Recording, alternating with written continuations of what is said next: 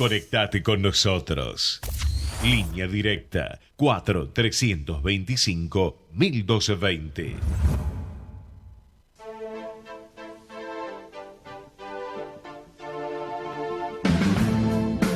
Al derecho y al revés. Las dos caras de la realidad. El yin y el yang de los temas actuales.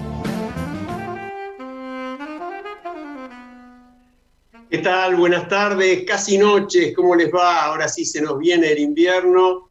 Empezamos el programa número 201 de Al Derecho y al Revés, con una noticia que nos alegra, y es que en el piso está Fede Politi, nuestro productor, plenamente recuperado. Abrazo grande para él.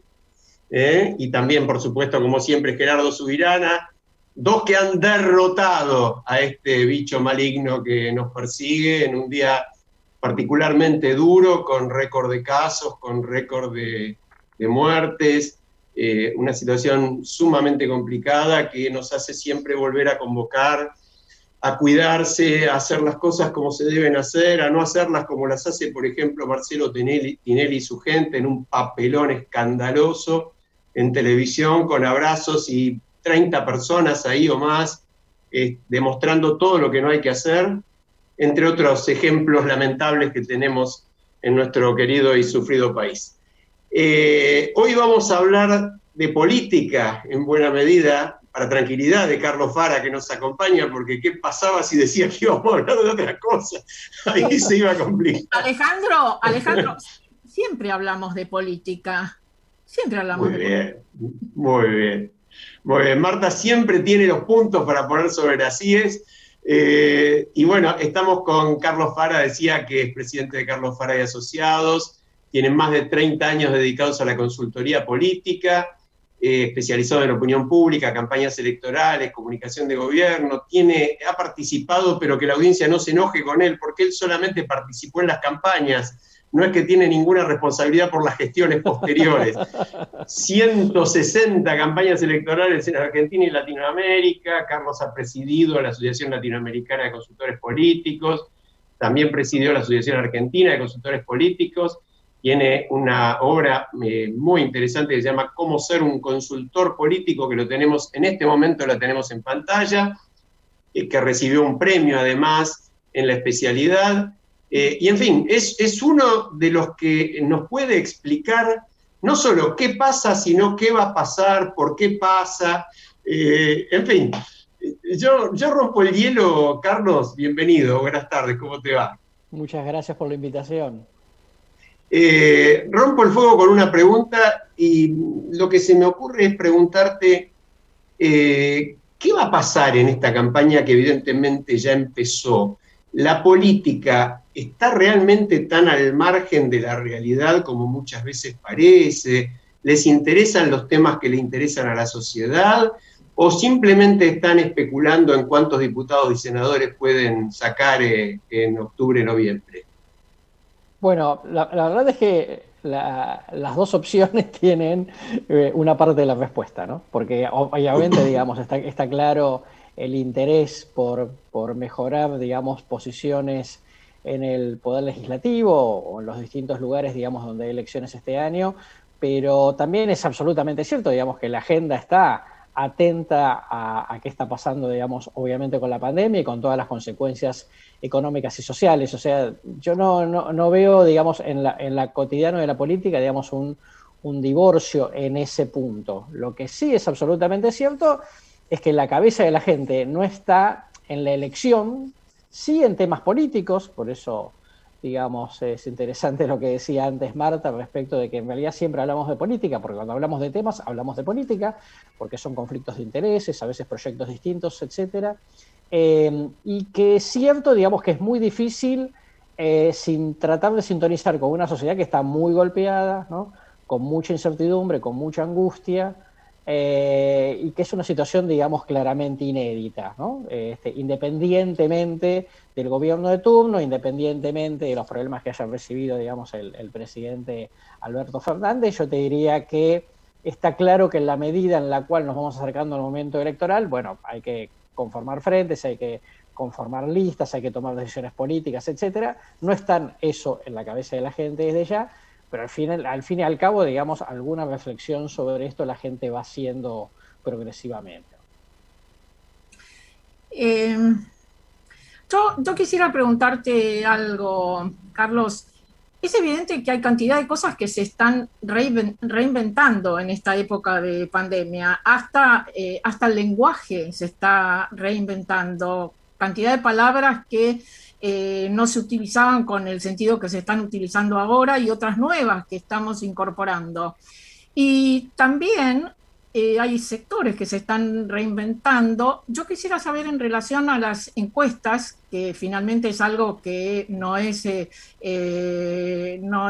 una cuestión que viene desde siempre, sino hace 80, 90 años, ¿no? Que se utilizan encuestas aproximadamente en sus dos modalidades, cuantitativa, cualitativa, pero y ya antes de la pandemia algunas encuestas venían fallando, ¿no? Ahora, con la angustia de la gente, la incertidumbre, el cansancio, etcétera, los encuestadores están pensando en nuevas metodologías. ¿Cómo se va a reinventar el tema de las encuestas? Que además tenemos ya el periodo electoral que implica el uso de muchas de ellas, ¿no? Totalmente. Mira, primero, vale decir, digamos, que el tema encuestas está pasando por problemas a nivel mundial, ¿no? Precisamente por dos razones.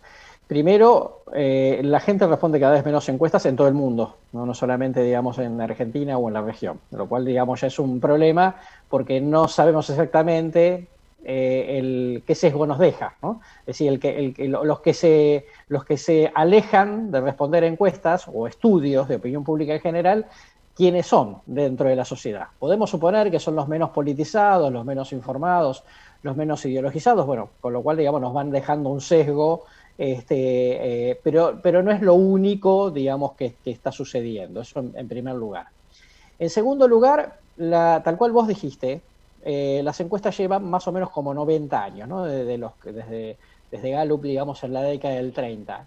Para un mundo, con todas sus, digamos, con todas las diferencias, relativamente estable, ¿no? Para la época de los mercados estables, ¿no? Masivos, indiferenciados. Ahora estamos en el momento, digamos, de una sociedad en donde va teniendo mucha volatilidad, mucha sofisticación y yo te diría, muchos estímulos para llevarlo a cambios de opinión. Está claro que los estímulos comunicacionales, publicitarios, etcétera, que tenemos hoy son altamente superiores a los que teníamos, por no irnos muy lejos, 20 años atrás. En ese sentido, la materia prima es una materia prima más vidriosa que la que teníamos. Yo te diría que hasta principios de este siglo, digamos que alguien, digamos que una encuesta bien hecha no describiera bien el momento en el cual estaba bien hecha, yo te diría que era relativamente raro. Por supuesto, había gente que trabajaba bien o mal, pero básicamente no había mucho problema, no había gran dolor de cabeza. Y esto, yo te diría que, entre otras cosas, entre la crisis de 2001, en parte, nos fue trayendo mayores problemas.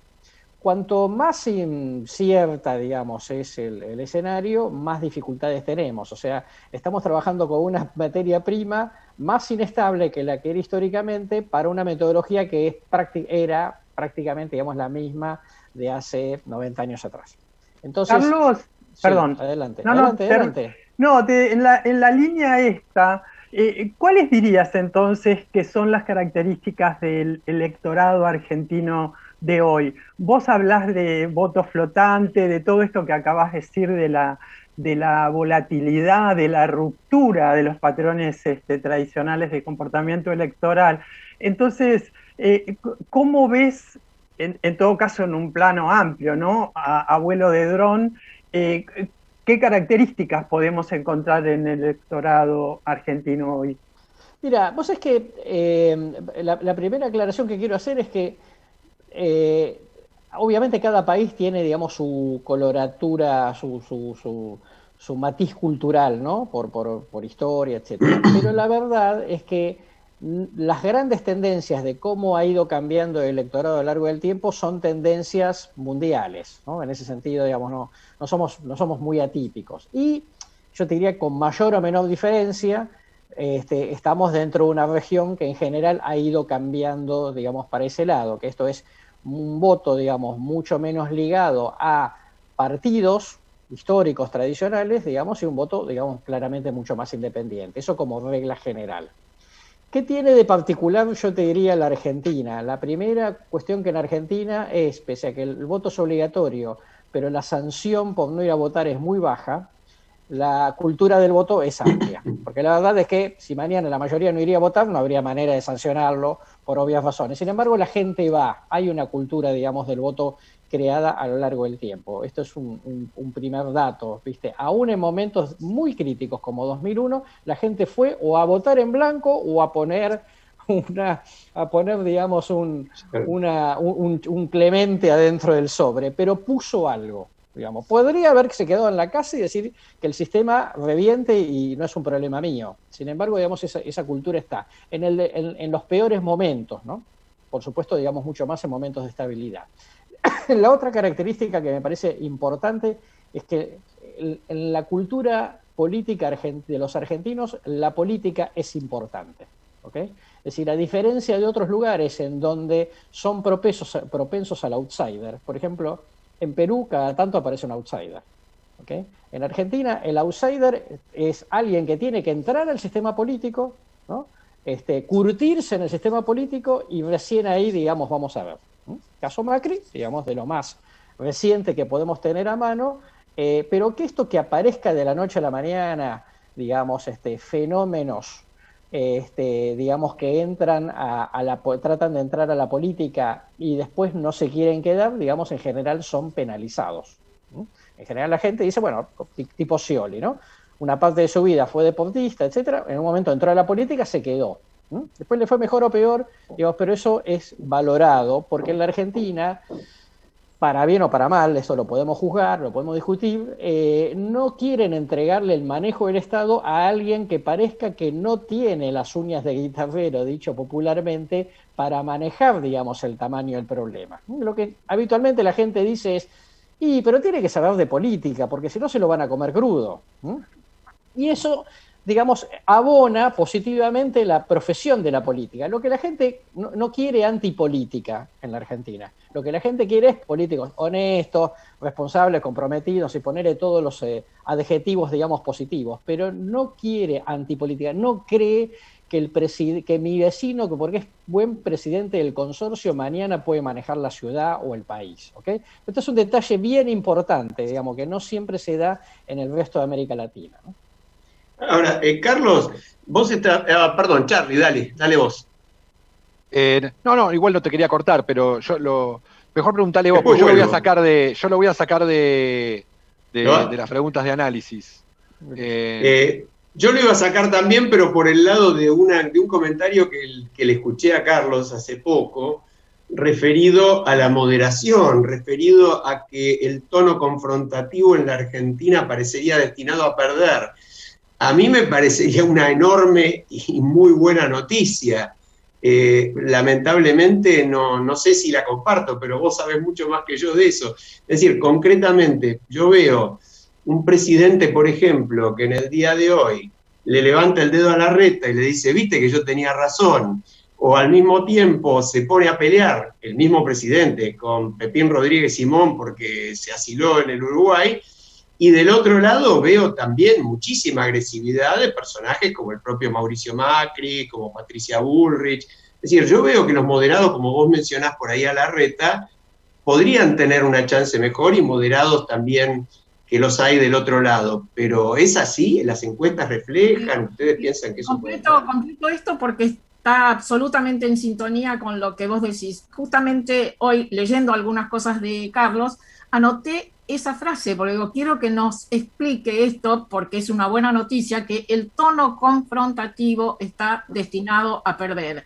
Convencenos de que es así, por favor.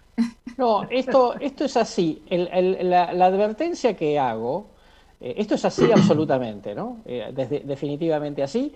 Y de hecho, digamos, si en la provincia de Buenos Aires, digamos, finalmente aparece alguna opción, una tercera opción moderada, es porque sea moderada, digamos, no porque contribuya, digamos, a la confrontación y a la grieta, por así decirlo. Eso en primer lugar. Lo que sí vale advertir es que después los moderados tienen que hacer las tareas, tienen que hacer los deberes, ¿ok? Porque ser moderado también, digamos, es una posición no tan sencilla de llevar a cabo, porque la propia agenda, la dinámica de la agenda, te puede llevar, digamos, en un momento, digamos, a estar como en el blanco-negro.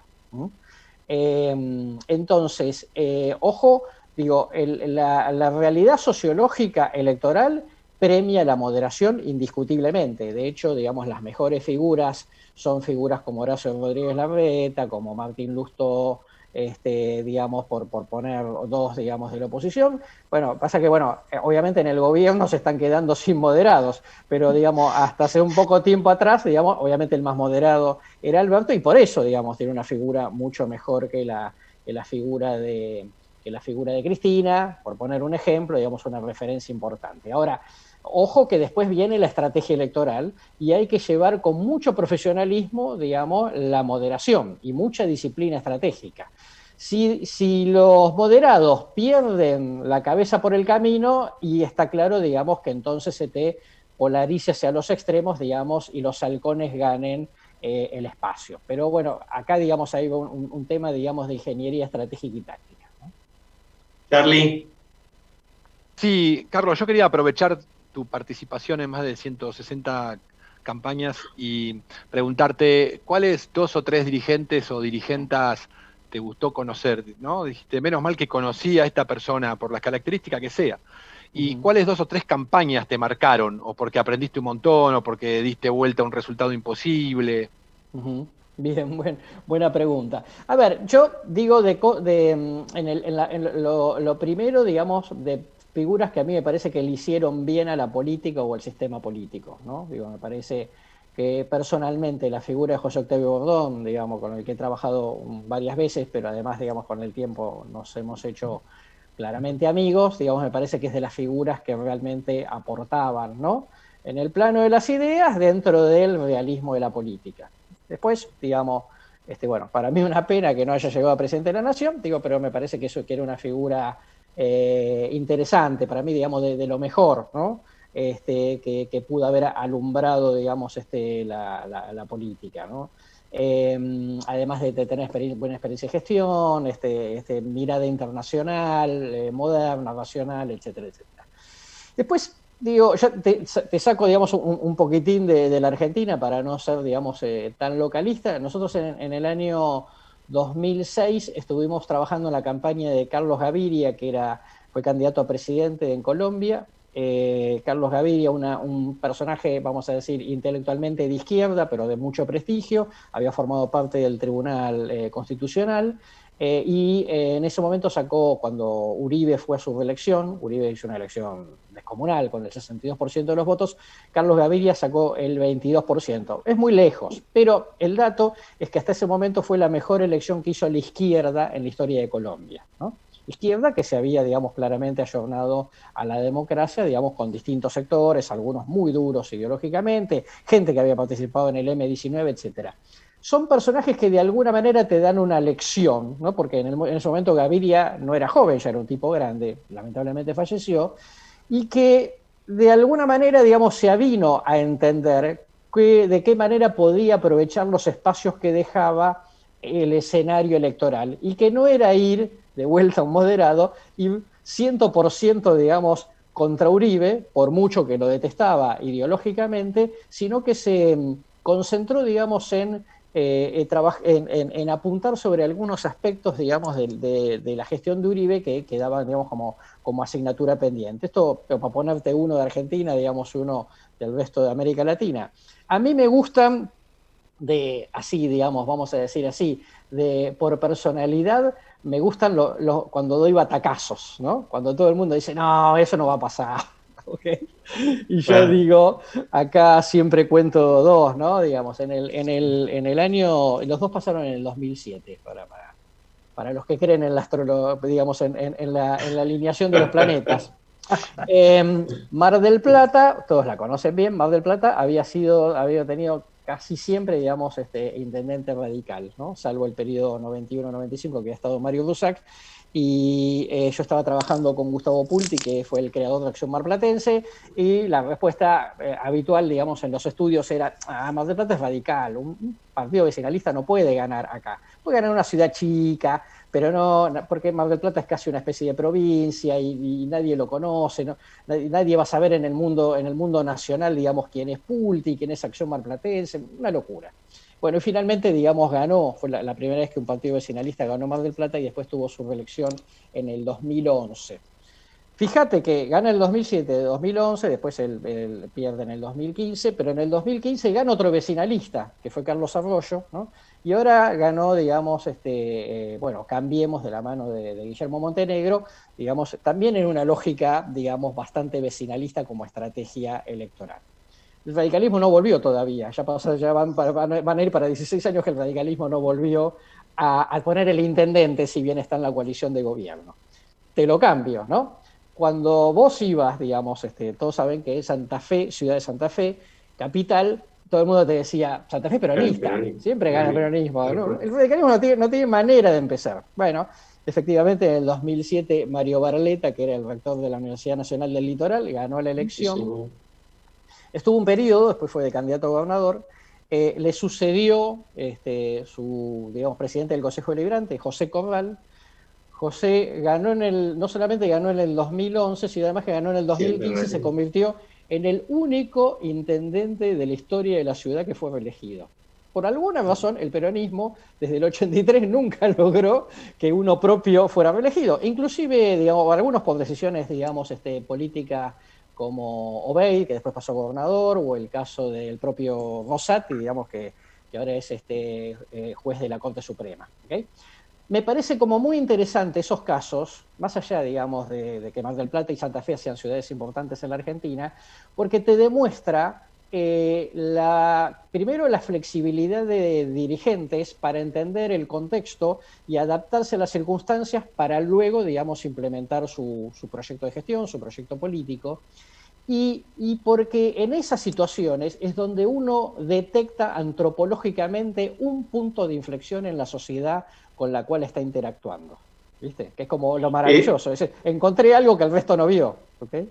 Carlos, una pequeña dale. Siempre pongo, y lo puse en mi libro, es que cuando le preguntaron a Onassis, ¿no? ¿Cómo había hecho para ser millonario? Le pregunta a un periodista y entonces le dice, ¿ves ese jarrón? Y el periodista le dice, sí, ¿y qué? Dice, yo lo vi primero, le decía Onassis. Entonces, mi trabajo es ver primero algo una tendencia que el resto no vio. Dale vos. Hacerle un comentario respecto de Pilo Bordón. Coincido absolutamente con tu opinión, Carlos. Yo lo he conocido, he hablado muchas veces con él, un personaje, un tipazo.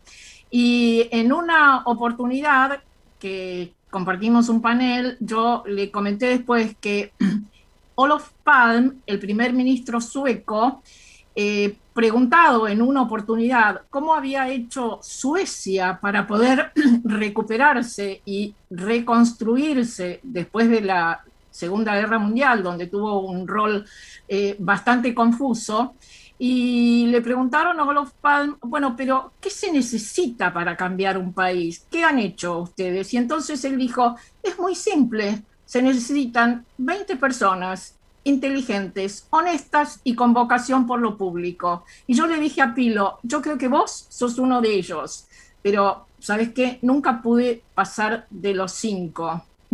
No llegó a ahí. Faltan 15 nada más, vamos. Totalmente. Carlos, te saco de la Argentina y te pregunto, estamos viviendo momentos de mucha conmoción y aparentemente de situaciones de cambio muy fuertes en varios países de Latinoamérica. Me detengo cruzando aquí la cordillera nomás.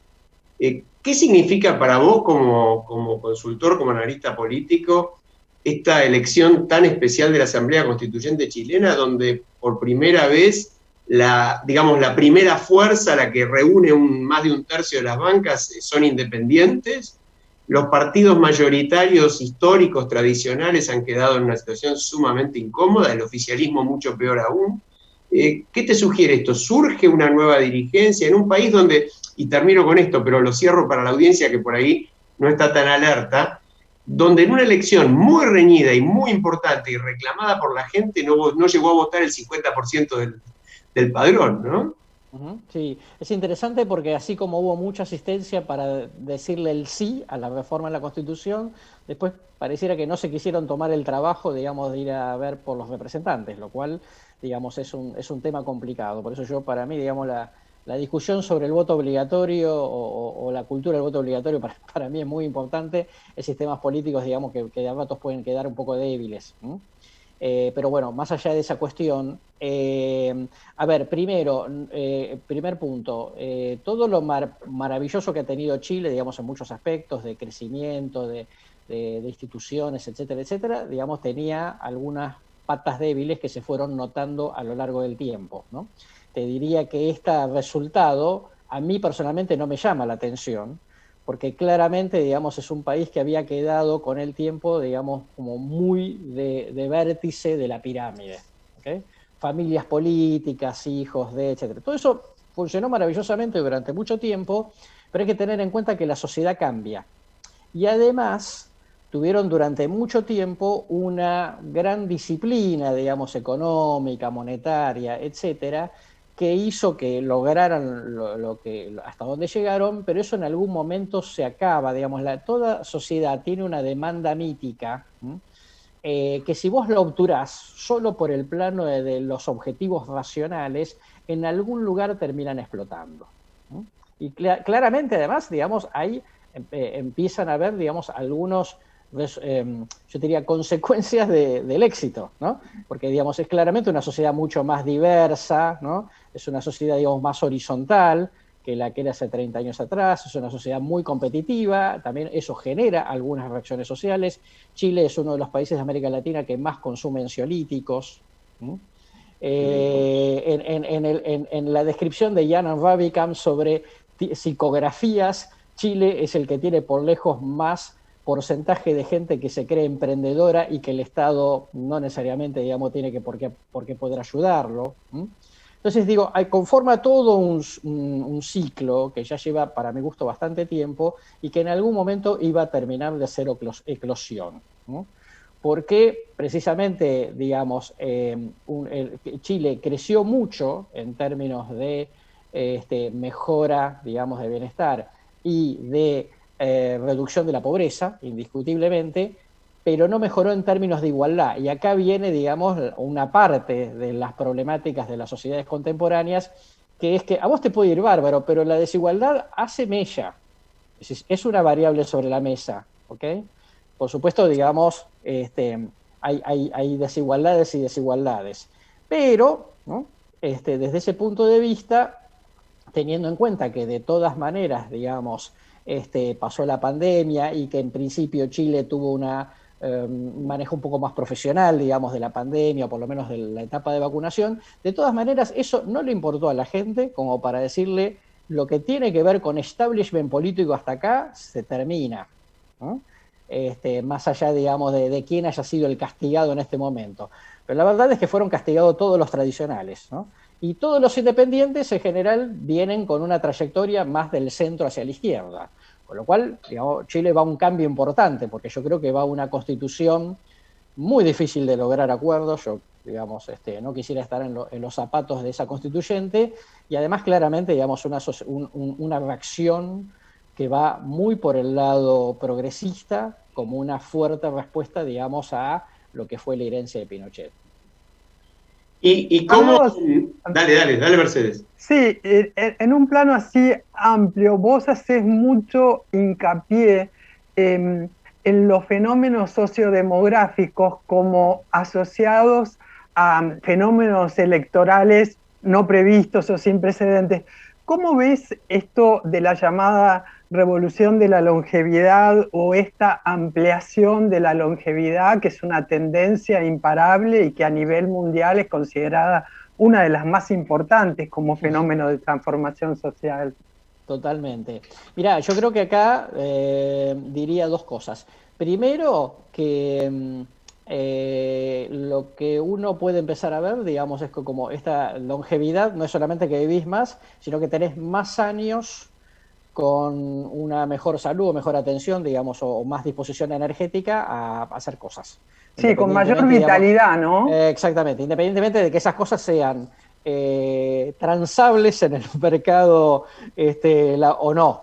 Que acá está, digamos, esa es una cosa que viene con una complicación, que es el tema de cuando el mercado te saca antes de tiempo, Claro. ¿no? Por decisiones, digamos, que nadie de nosotros manejamos, y que eso, digamos, te empiece a producir un montón de gente que vive más tiempo, pero que quede marginado, digamos, de una vida productiva, digamos, en términos de la economía productiva. Productiva puede ser, obviamente, en otros aspectos también. Entonces, a mí me parece que vamos a ir sumando estos cambios demográficos, nos van a ir sumando, digamos, una cantidad de tensiones para las cuales el sistema político hasta acá no parece estar muy preparado para darle una respuesta a eso.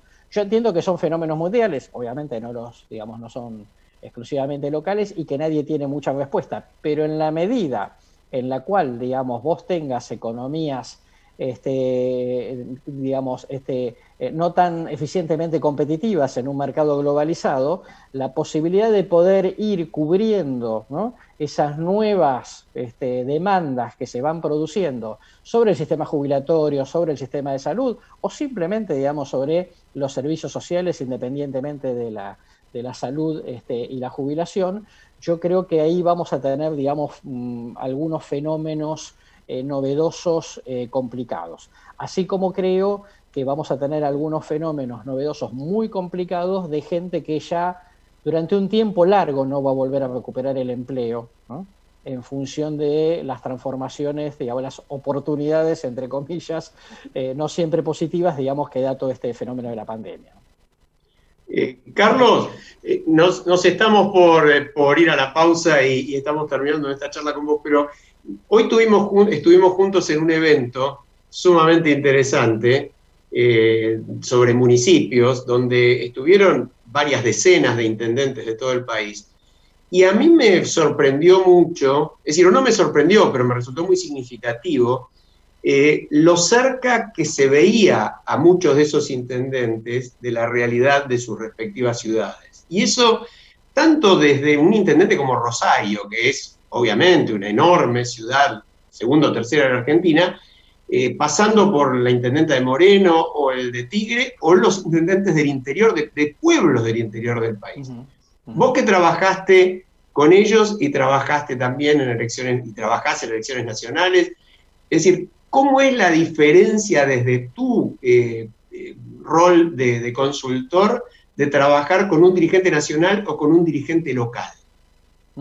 Mira, la gran diferencia es que vos, por supuesto, digamos, depende del tamaño de la ciudad, pero de todas maneras, vos en lo local experimentás una llegada a la gente cuya, digamos, percepción sobre lo que sucede no tiene que ver exclusivamente con los medios, ¿no?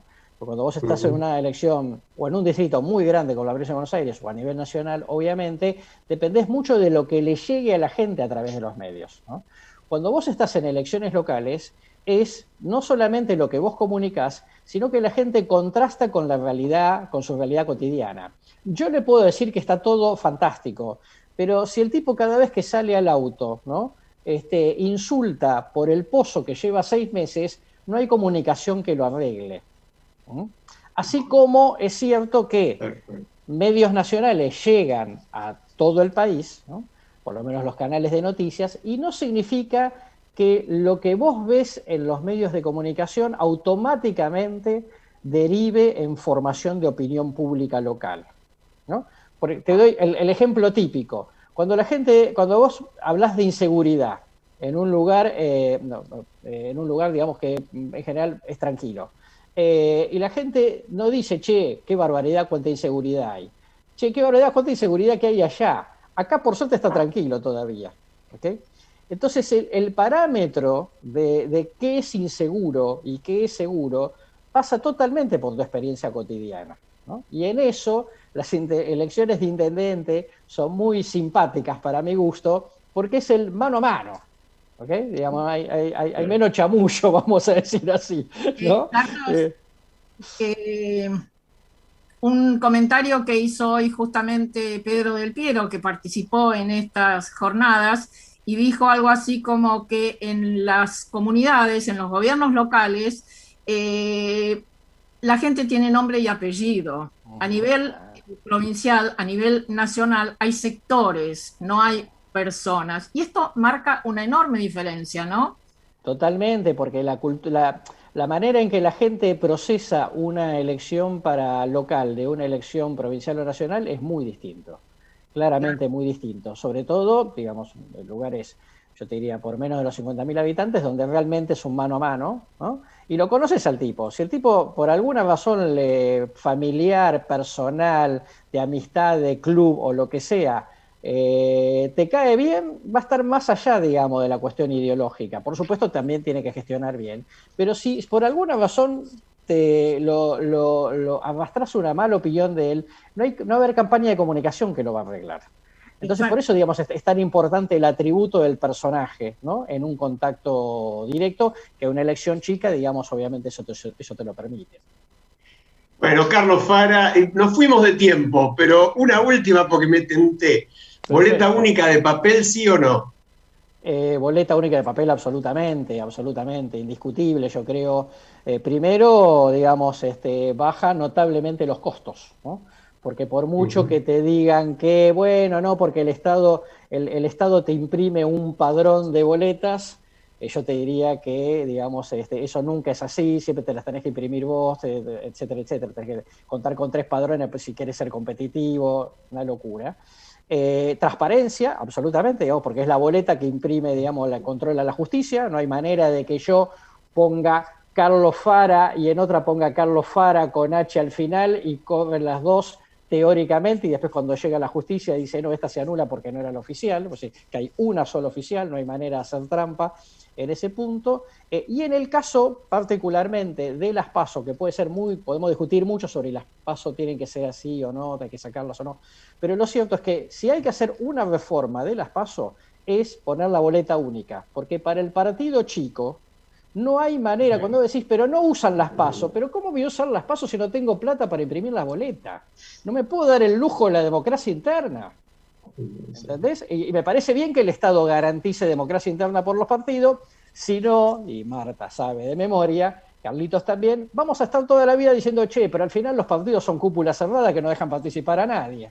Claro. Bueno, abrámosla, pero abrámosla y pongamos, digamos, ciertas condiciones de juego, porque este sistema es para ricos, digamos. La democracia interna de los partidos no parece ser para pobres.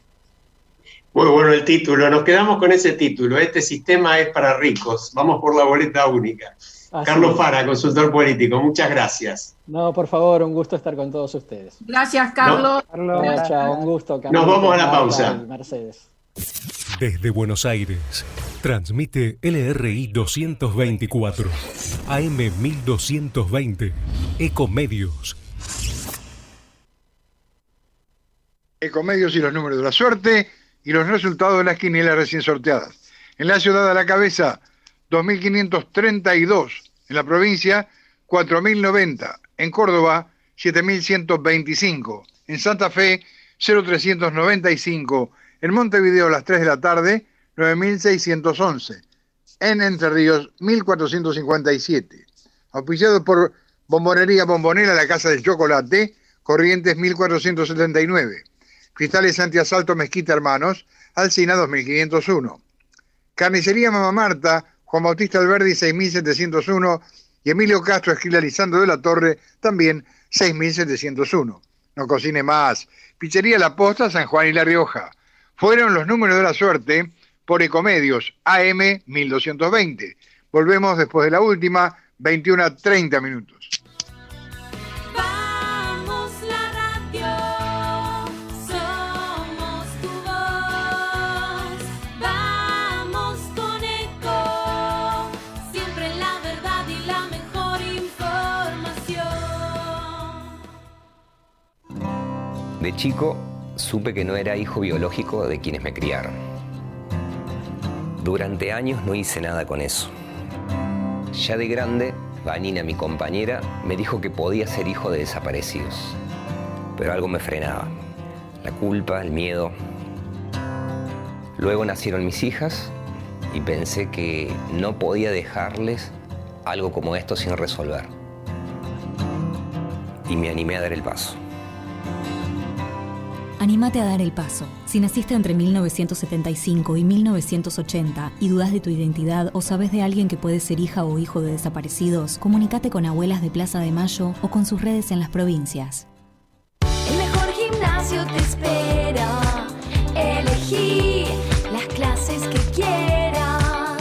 En Unfit vamos a cuidarte. En Unfit venimos a encontrarte. Podés vernos en vivo en ecomedios.com. Contenidos audiovisuales. Conectate con nosotros. Twitter @ecomedios1220.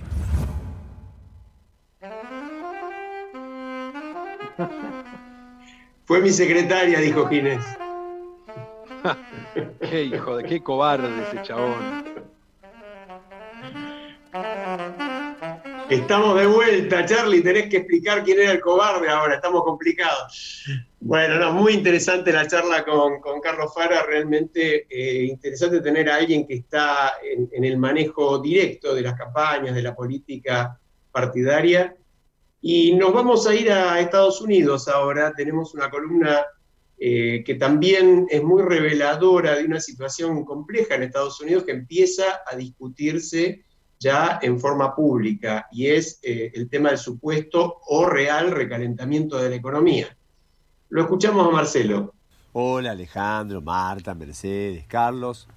Luego del cumpleaños 200 de Al Derecho y al Revés, retomamos la columna con un tema novedoso para los tiempos recientes de Estados Unidos y que nos parece de interés para la Argentina: la inflación.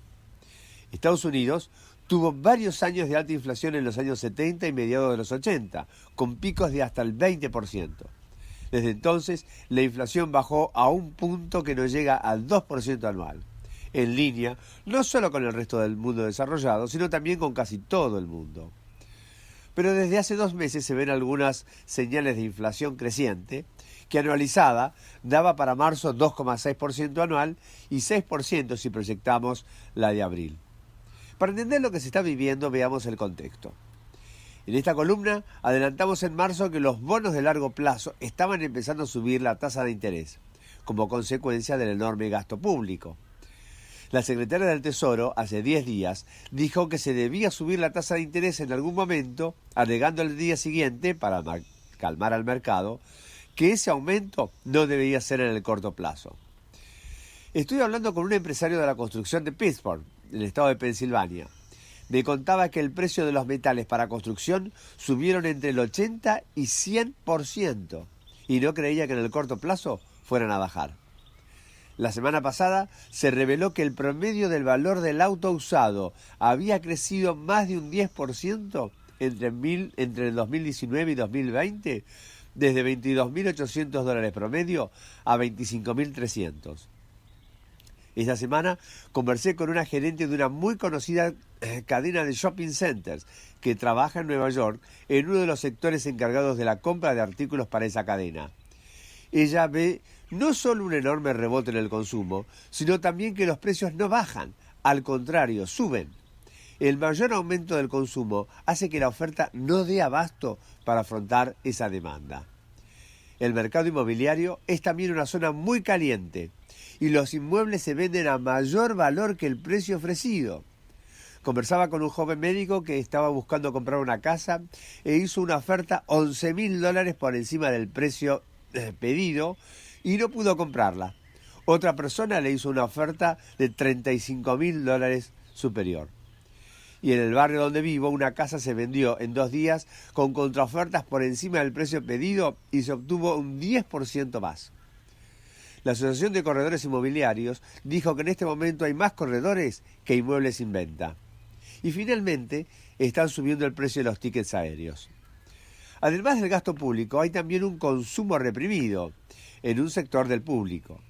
En los próximos meses seguramente vamos a ver mayores precios en esparcimiento, fiestas, espectáculos, restaurantes, que van a acelerar la inflación. La Reserva Federal y algunos analistas dicen que estos aumentos son temporarios y que la Reserva no va a subir la tasa hasta que la recuperación económica se consolida. Otros analistas se preguntan qué tan temporarios serán estos aumentos de precios. Critican también al último plan de estímulo porque sobrecalienta la economía que ya se estaba recuperando con una proyección del 6,5% anual de crecimiento. No creo que pase mucho tiempo hasta que veamos quiénes tienen razón con sus predicciones. Los dejo hasta la próxima columna. Gracias, Marcelo, como siempre. No solamente, claro, con muchas anécdotas concretas, muchos datos, sí, ¿no?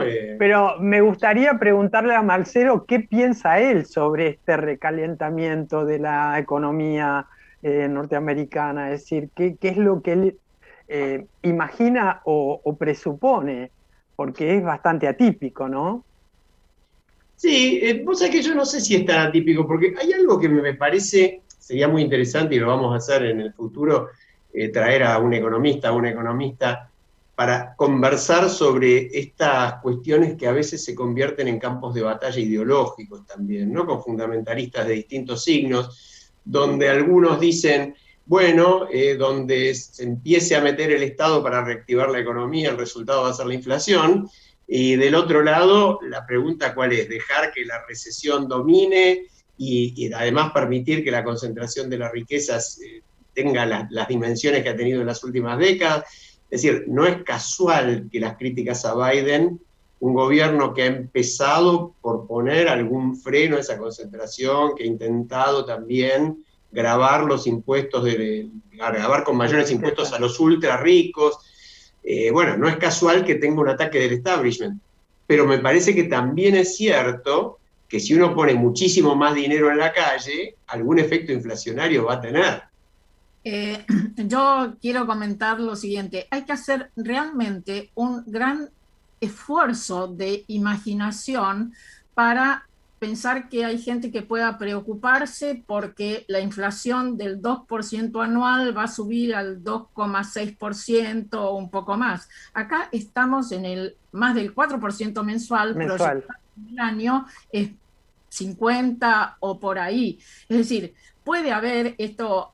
Me parece fantástico los ejemplos que da Marcelo en el caso de los materiales de construcción, han aumentado muchísimo, los autos usados, el mercado inmobiliario también, pero no olvidemos que todo esto se da en un país con una economía en expansión, es decir, que es totalmente distinto, son totalmente distintos los efectos que causan. La verdad, nada, absolutamente envidiable tener un poco más del 2% de inflación y preocuparse por eso. Sí, no sé, Charlie, ¿qué pensás vos? No, yo la verdad que de economía entiendo poquito, pero el otro día charlando con el CEO de una empresa de las principales transportadoras fluviales en la hidrovía del Paraná, quieren renovar los motores de las barcazas para cambiarle el combustible y pasarlo a GNL, gas natural líquido, y fueron al BID a ver la línea de créditos y les decía, mirá, digamos, más allá de lo que hagamos, por Argentina no, esto o lo canalizan por alguna empresa si tienen en Paraguay o Bolivia, que es donde opera también la hidrovía. Argentina está fuera de mercado, no hay ninguna posibilidad de darles crédito si lo sacan desde la sociedad argentina. Así que más allá de la inflación o no, digo, ¿desde dónde vamos a reactivar la economía argentina? Digo, porque estamos totalmente fuera del mercado financiero, por ejemplo. Bueno, por lo que leía en los medios hoy, la Argentina no sé, pero la uruguaya parece que la estamos reactivando porque Uruguay está celebrando la medida de suspensión de exportaciones de carne porque va a generar un aumento impresionante de sus propias exportaciones de carne, ¿no? Pero bueno, esta es la incoherencia que apuntaba Marta. Realmente a uno escuchar que Marcelo habla de que están muy preocupados porque va a pasar el 2% anual, que hasta ahora está por abajo. Lo que pasa es que, bueno, cada país tiene los problemas que tiene. Claro, pero además, fíjate qué absurdo. Suspendamos la exportación de carne, porque así va a haber más oferta, entonces va a bajar acá el precio de la carne. Y el conflicto con el campo nos olvidamos, y además que es una medida esta absolutamente, no solo arbitraria, sino de patas muy cortas. Sí, no consensuada sobre todo, ¿no? Yo creo que un ejemplo que se ha dado como muy importante de reducción de la inflación, de un encauzamiento de un país que estaba en una situación sumamente complicada, por ejemplo, es el de Portugal. Y es un ejemplo que valdría la pena analizar. Pero ¿en qué se basó la salida de Portugal? En un enorme acuerdo. No es demasiado distinto a cómo salió Israel, que tenía un proceso inflacionario absolutamente desbordado, no hace demasiados años. Pero para eso hace falta consensos mínimos, que todos estén dispuestos no solo a perder un poco, sino a construir una situación que nos permita salir. Y eso es lo que aquí parecería que estamos muy lejos de lograr. En esa línea, Alejandro, se plantea que el que Fernández, nuestro presidente, llegara en principio a Portugal estuvo estratégicamente planteado, porque el modelo Portugal sería aquel al que Argentina aspiraría o en el que piensa inspirarse. Sí, pero para eso me parece, Mercedes, que yo hubiera ido a Portugal con una comitiva, es decir, en una situación de tanta gravedad, gobernaría con la oposición mucho más cerca, ¿no? Y no contestándole te gané, digamos. Lo único que podemos parecernos un poco a Portugal, lamentablemente, es entre el tango y el fado. Todo lo demás nos llevan cabezas de distancia, ¿no? Bueno, Messi y Cristiano Ronaldo, los dos son extraordinarios. Messi un poco más. No sería tan pesimista, pero los datos no alientan este optimismo esperanzado, ¿no? Que uno trataría de promover. ¿Qué ibas a decir, Ale, no. antes de que yo iba a cambiar un poquito el tema, porque le iba a pedir a Charlie que nos diga, hay un tema que empezamos a tocar con Carlos Fara, de pasada, que es esta elección tan especial en Chile. Entre paréntesis menciono un dato porque posiblemente la audiencia no se haya enterado, me parece más que significativo. Las normas chilenas establecieron que la Asamblea Constituyente tenía que ser con absoluta igualdad de género. Igualdad de género significa exactamente el mismo número de hombres que de mujeres. Bueno, se dio un fenómeno curioso, inédito en la historia política mundial, y es que fueron electas 11 mujeres más que la mitad. Con lo cual, 11 mujeres, en mérito a la igualdad, debieron renunciar a sus bancas para que la reemplacen en sus listas los hombres que las seguían. Y más allá de la humorada machista que se puede hacer al respecto, me anticipo a decir que es bastante estúpida y lamentable, porque la he escuchado ya por ahí. Querían la igualdad y tienen que renunciar, se dicen esas tonterías, pero a mí me parece que es un dato muy significativo porque quizás verdaderamente sea un signo de que el cambio cultural hacia la igualdad de género está empezando a producirse, y en un país como Chile, nada menos, ¿no? Pero, dale, Felipe. No, justamente como esto que vos decís, ¿no? Algunas notas ejemplifican que cuando se las deja competir a las mujeres, ganan. Entonces ganaron más de lo que debían, entonces deben renunciar. Además, otra cosa que me parece importante de Chile en relación a esto es que muchos dicen ganó la izquierda, y yo creo que no ganó ni la izquierda ni la derecha, ganaron los independientes, y esto es Es algo que amerita, me parece, en un próximo programa, conversarlo con más detalles y con más tiempo, ¿no? Charlie, ¿vos qué opinás? Sí, y bueno, por eso justamente en un esfuerzo de producción increíble, vamos a contar con la presencia de Leonardo Moreno, que actualmente integra el equipo de Avina Chile, pero previamente a ingresar a esta organización, fue quien coordinó la plataforma de organizaciones sociales que, en primer lugar, promovió y movilizó a la sociedad para que participara en el plebiscito, ¿no? En donde se decidió si se reformaba o no la Constitución, y donde además se decide la habilitación a las candidaturas independientes. Porque la otra opción era que la reforma la haga el Congreso y los miembros de la política tradicional. Y a partir de allí, esta coalición y la persona de Leonardo Moreno, entre otros referentes, impulsan y organizan y tratan de darle entidad digamos, y organicidad a las postulaciones de los candidatos independientes, sobre todo aquellos que surgían de organizaciones sociales, ¿no? Porque también surgen de la academia, de distintos ámbitos. Entonces, yo creo que va a ser un interesante testimonio el de Leonardo, porque es una persona que vivió desde adentro tanto el proceso del plebiscito como la elección del pasado fin de semana. Ahora, Charlie, antes de ir a la pausa, ¿por qué no nos decís dos palabras? ¿Cómo era el asunto? Es decir, un candidato independiente venía a un movimiento social o él decía yo quiero ser candidato y se presentaba. ¿Así funcionaba? ¿Sin partido, no, sin nada? Sí, se postulaban desde la candidatura personal. Yo entiendo que tenían que cumplir ciertos requisitos, que esto seguramente los comentará Leonardo, pero sí, no tenían que estructurarse ni incorporarse a las listas de los partidos tradicionales. Y esto me parece que refleja también la gran diversidad que hay en la sociedad, porque no es que son los candidatos independientes y forman un partido e integran, ¿no?, el partido independiente.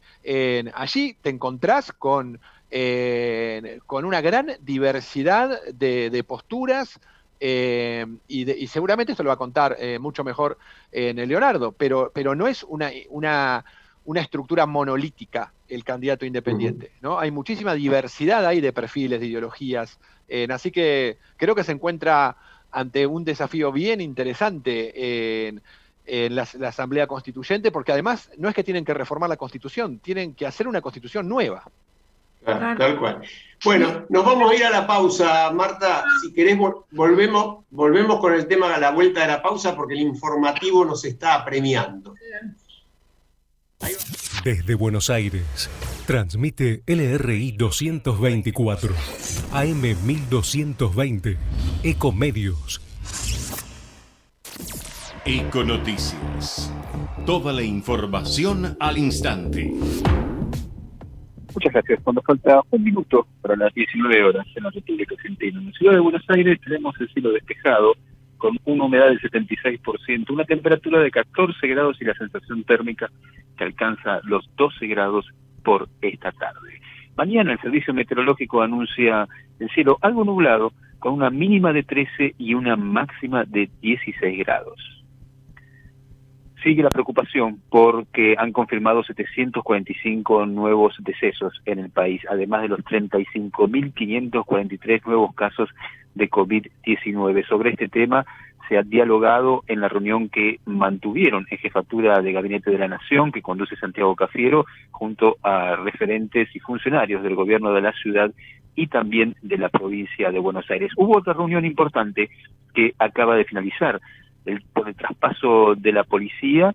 El jefe de gobierno porteño, Horacio Rodríguez Larreta, acaba de retirarse de la Casa Rosada luego de haberse reunido con el ministro de Economía, Martín Guzmán, y el ministro de Interior, Guado de Pedro.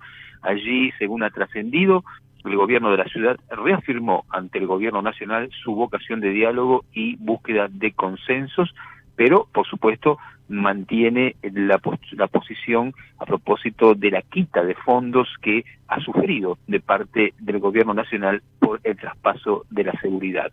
La reunión de esta tarde fue una instancia que propuso la Corte Suprema de Justicia en el expediente que el Estado porteño inició ante el máximo tribunal. La ciudad considera que es inconstitucional la quita de fondos adjudicados al traspaso que inconsultamente decidió el gobierno de Alberto Fernández. Esta instancia no significa que la ciudad renuncie a la demanda ante la Corte, como tampoco una convalidación de la ley que profundizó la quita de fondos. Por ese motivo, el diálogo continúa, pero desde luego en ámbitos judiciales. Por el momento han acordado reunir a los equipos técnicos para avanzar en este diálogo por los recursos del traspaso de la policía. En Buenos Aires, un informe de Tony Deramo. La mejor información pasó por Econoticias, ecomedios.com. Convivir es cuidarnos. Legislatura de la Ciudad Autónoma de Buenos Aires. Desde Buenos Aires, transmite LRI 224, AM 1220, Ecomedios.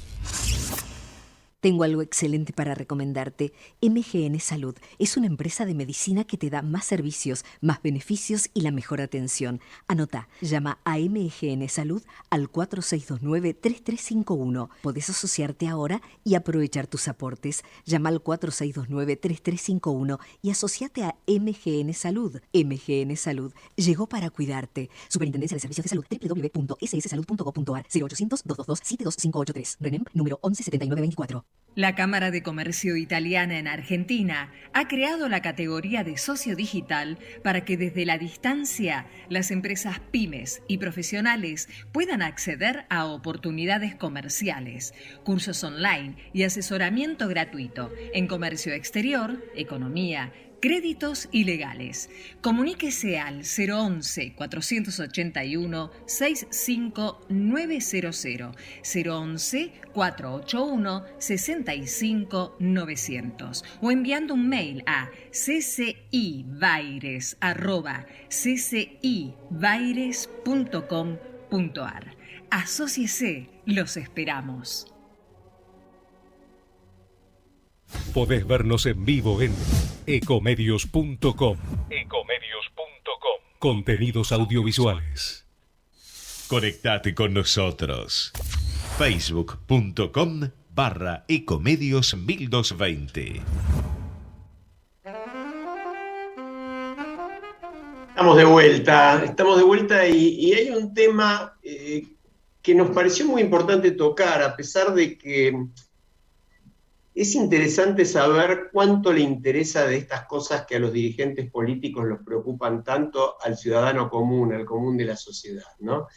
Me refiero al debate a brazo partido y a grito partido sobre la reforma propuesta al Ministerio Público Fiscal. Es decir, el Ministerio Público Fiscal, lo explico en dos palabras, encabezado por el Procurador General de la Nación, que tiene rango de ministro de la Corte Suprema, es el que ejerce la acción pública en los delitos, es decir, el que acusa, el que pide las penas, el que puede renunciar a la acción y no ejercerla.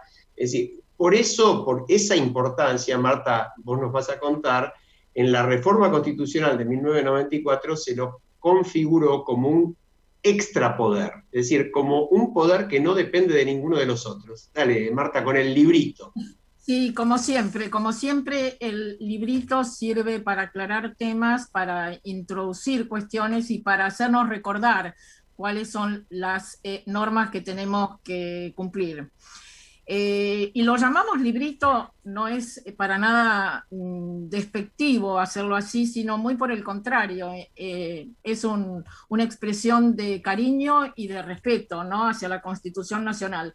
En este caso, y en referencia a lo que decía Alejandro, quiero leer el artículo 120, que en la sección cuarta habla del Ministerio Público. Dice: el Ministerio Público es un órgano independiente, con autonomía funcional y autarquía financiera, que tiene por función promover la actuación de la justicia en defensa de la legalidad de los intereses generales de la sociedad en coordinación con las demás autoridades de la República. Está integrado por un Procurador General de la Nación y un Defensor General de la Nación y los demás miembros que la ley establezca. Sus miembros gozan de inmunidades funcionales e intangibilidad de remuneraciones. Y bueno, por supuesto, este artículo, que como vos dijiste es a partir de la reforma de 1994, tiene una ley que lo reglamenta y es esta ley la que se quiere modificar. Compartimos con Charlie y con Alejandro, quiero explicarle a la audiencia, un grupo de WhatsApp donde se dan a veces muy interesantes intercambios y en el día de hoy Alejandro ha dado unas clases magistrales en ese grupo de WhatsApp en relación al tema Ministerio Público y en qué nos afecta como ciudadanos y qué es lo que se está queriendo modificar. Y bueno, Alejandro, contanos eso. No, yo creo que es bastante simple, ¿no? La idea es que quien acusa, quien ejerce la acción, que para eso la Constitución lo prevé como independiente, justamente pueda actuar de un modo en que su objetivo sea que la ley se cumpla, que todos seamos iguales ante la ley. Por eso esta ley que mencionaba Marta, que es la que reglamenta el artículo de la Constitución que establece el Ministerio Público como un poder, como un extrapoder, instituye que el Procurador y el Defensor General de la Nación se tienen que designar por mayoría de 2/3 de votos del Senado. ¿Esto por qué? Porque como nadie tiene nunca 2/3 de votos del Senado, se obliga a la clase política, a la dirigencia política, a llegar a un acuerdo. Bueno, esta norma tan elemental, que también va acompañada de otras que establecen que la remoción también del procurador y del defensor tienen que seguirse por pautas, no voy a entrar en lo técnico, pero por pautas más o menos similares, con mucha dificultad para designar y para remover, porque justamente lo que queremos es que quien ejerza el cargo sea independiente. Y lo mismo pase con los fiscales, porque la misma ley establece el procedimiento para remover fiscales, que también tiene que ser difícil de lograr y exigir acuerdos. Bueno, Alejandro, esto, sí. A ver, para aquellos que no venimos del derecho, Marta lo planteó y vos también hiciste referencia, ¿en qué medida y en concreto afecta esto a la ciudadanía y a la democracia en general? ¿Cuáles son estos puntos que están en discusión y por qué hay una reacción tan fuerte, no solo de la oposición, con las reformas que están proponiendo? Bueno, es que ahora voy a las reacciones, Mercedes, porque... Le doy el pie a Alejandro diciéndole o contestándole a Mercedes lo siguiente. Es el primer escalón para cooptar a la justicia en su totalidad, ¿sí o no, Alejandro? Sí, pero es muy interesante ver que no es la primera vez que se plantea también. Es decir, ahora voy a eso, porque lo curioso es que los que hoy lo proponen, hace 3 años proponían lo contrario, y los que hoy se oponen, hace 3 años proponían lo contrario. Esto. Es decir, efectivamente, ¿por qué es cooptar? Porque si a un procurador general lo designa una mayoría simple, circunstancial, que se consigue muy fácilmente, el gobierno de turno puede designar a quien quiere. Como además ahora lo que se cambia es que hasta ahora el procurador era un cargo vitalicio y se pretende fijarle un término de mandato, cosa que a mí y a la doctrina constitucional en general le parece muy bien y en la experiencia internacional también está muy bien, pero al establecerle un plazo muy corto de apenas 5 años, bueno, esto permite un manejo de la acusación, con lo cual la persona que nos va a acusar de crímenes federales, y no nos va a acusar a nosotros, porque nosotros no traficamos droga, nosotros no podemos hacer actos de corrupción, pero básicamente son los 2 grandes temas, hay muchísimos más, pero por identificar los gruesos: el control de la actividad de los gobernantes a través de acciones penales contra ellos por los delitos que cometen, y el narcotráfico. Son los 2 grandes temas que afectan a la justicia federal, y estamos hablando de justicia federal. Entonces, voy a lo concreto de este caso. Se propone modificarlo, hacer el formato de solamente 5 años. Yo quiero leer, no voy a leer la declaración, pero voy a mencionar que hace unos años varias ONG que que representaban un abanico amplísimo de la sociedad civil, dijeron que un proyecto idéntico a este, y aclaro, planteado por el gobierno de Mauricio Macri, que no podía designar al sucesor o sucesora de la doctora Gil Carbó, que renunció como procuradora, dijo: se quiebra el alto nivel de acuerdo político necesario para lograr la designación del procurador y el defensor. Se genera inestabilidad y se afecta la independencia por ausencia de mecanismos rigurosos para la remoción, y se debilita la posibilidad de un plan de trabajo eficaz por la duración exigua del mandato. Esto lo dijeron el Centro de Estudios Legales y Sociales, estrechamente vinculado con el gobierno actual, Poder Ciudadano, ASIG, INESIP, otro centro muy caracterizado de estudios en materia penal, también más vinculado con este gobierno que con el anterior, aunque es independiente. Es decir, todas las organizaciones de la sociedad civil, la doctrina jurídica, los grandes constitucionalistas coinciden en que esta reforma es un disparate. ¿Y esto por qué? Porque nos afecta a todos al quitar la independencia al procurador y a los fiscales. Bueno, esta era mi explicación. Sí, vos dijiste que hay cuestiones que son claves, como es el tema corrupción, pero no solo eso, sino que los fiscales tienen que investigar las cuestiones que tienen que ver con lavado de dinero, con violación de derechos humanos, con, cantidad de cuestiones que afectan la vida cotidiana de cualquier ciudadano. Y yo quería preguntarte dos cosas, Alejandro. ¿Cómo se vincula esto con el proceso acusatorio que ya está vigente en Salta, en Jujuy?